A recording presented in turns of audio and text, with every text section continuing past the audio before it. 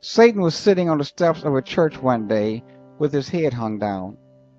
A passerby noticed him and asked what was wrong. With tears in his eyes, Satan looked up and said, "The people in that church are always lying on me." I know that Satan is the father of lies, but sometimes we lie on him and blame him for some of the bad decisions that we make. We give Satan more power than he actually has. He can tempt us, but he cannot make us do anything.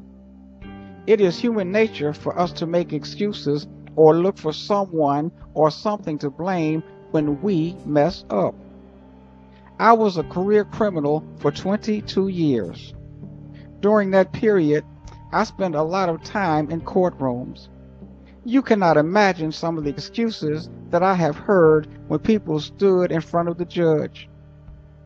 I told some doozies myself. Some of them worked, some of them didn't. My favorite plea in court was guilty with an explanation. In other words, I did it, but let me tell you why. Then I would attempt to shift the blame on circumstances that were beyond my control. I guess that was my way of saying the devil made me do it.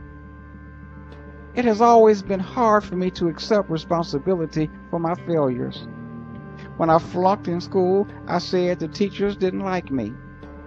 When I was on the baseball team and made an error, I said the sun was in my eyes. When I didn't make my quota as a salesperson, I said our prices were too high. When I stepped outside of the will of God and did something that I knew was wrong, I said the devil made me do it. We must accept responsibility and learn from our failures. I flunked in school because I didn't study.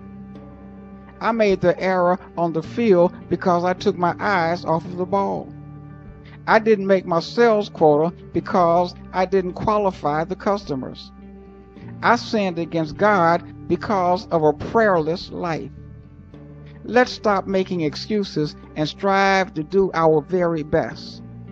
Don't goof off at work just because your boss is not looking. Don't cheat on a test because you didn't study. Don't sin against God because He is merciful. My father's favorite saying was, if a task is once begun, never leave it till it's done. Be the labor, great or small, do it well or not at all. The Apostle Paul said, I can do all things through Christ who strengthens me. The devil never made me do anything. I did it because I wanted to. Reverend Burton Barr, Jr., author of Amazing Grace, The Storm is Passing Over, and The Hoodlum Preacher. Books in stores now. For more information, visit cobaltbooks.com and thehoodlumpreacher.com. Reverend Burton Barr, Jr., author of Amazing Grace, The Storm is Passing Over, and The Hoodlum Preacher. Books in stores now. For more information, visit cobaltbooks.com and thehoodlumpreacher.com.